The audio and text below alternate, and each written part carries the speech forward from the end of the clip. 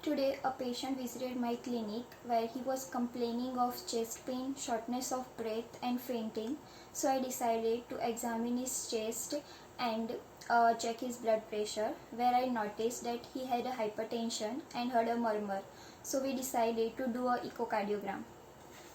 So the electrical activity going through the heart is measured by 6 electrodes. So today we will see the placement of electrodes on the chest.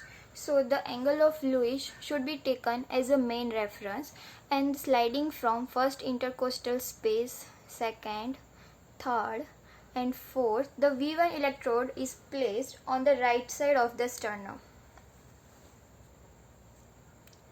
Now adjacent to it on the left side, the V2 electrode is placed. Now the V4 electrode is placed on the mid-clavicular line. So in the mid, here is the clavicle. So we will measure from this. So here we will place the V4 electrodes. Now the V3 electrodes will be placed between V2 and V4.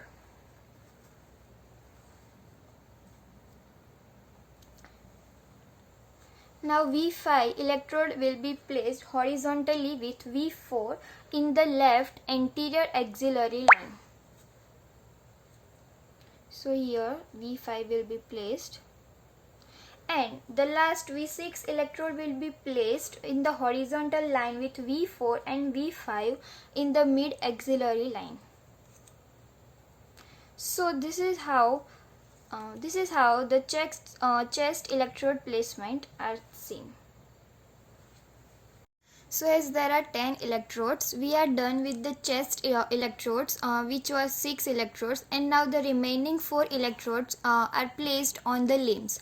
So on the right arm, the white color electrode is placed, and on the left arm, the black color electrode is placed here. So the green color electrode will be placed on the right leg,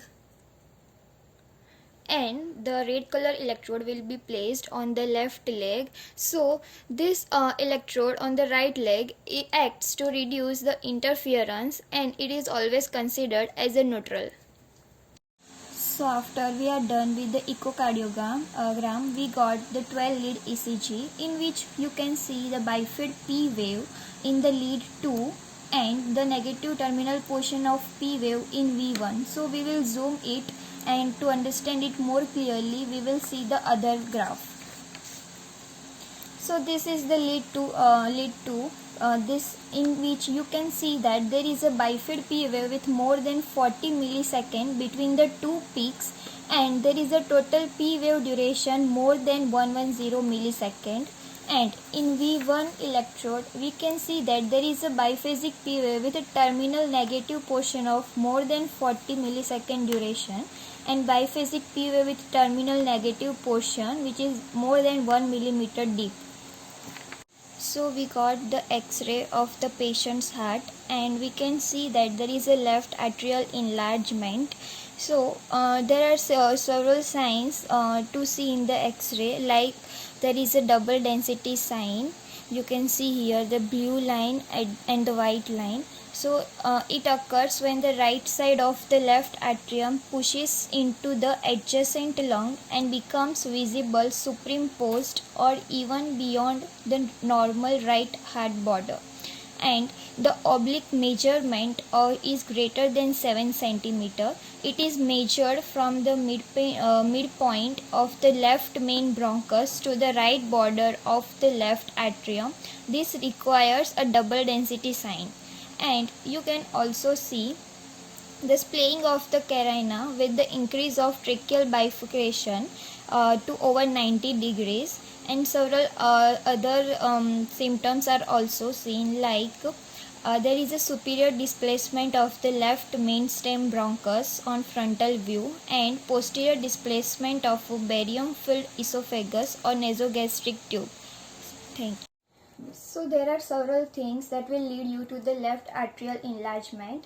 So the first is hypertension, second is mitral stenosis, third is mitral regurgitation, and the third is ventricle dysfunction. So the mitral stenosis and the mitral regurgitation, in both it's very difficult for the left atrium to pump the blood into the left ventricle. This can lead to an increase in the pressure in the left atrium, which in turn leads to enlargement. So after doing an echocardiogram and an X-ray, we came to know that the patient was having a left atrial enlargement. So now talking about the treatment, there is no specific treatment of the left atrial enlargement. However, doctor will focus on identifying and treating the underlying cause. So the treatment for hypertension may include, you can take the beta blockers, diuretics, ACE inhibitors and calcium channel blockers. You can eat a healthful diet low in salt. You can limit alcohol. You can exercise regularly. You should manage the stress levels, maintain a healthy diet, etc. Now, treating for the mitral stenosis, you can take diuretics to reduce the fluid buildup.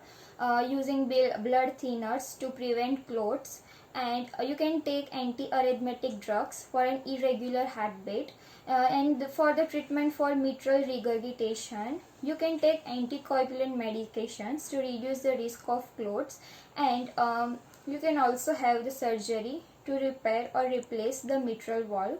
And last, for the treatment for ventricular dysfunction, you may take angiotensin converting enzyme or beta blockers, etc.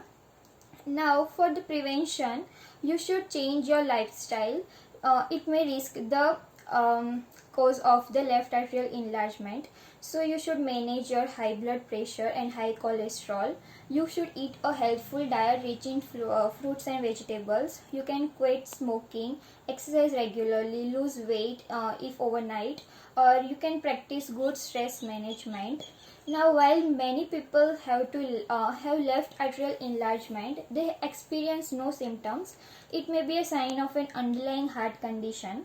So the treatment of the heart condition associated with left atrial enlargement can vary from simple lifestyle changes to surgery. So it is essential to receive a proper diagnosis.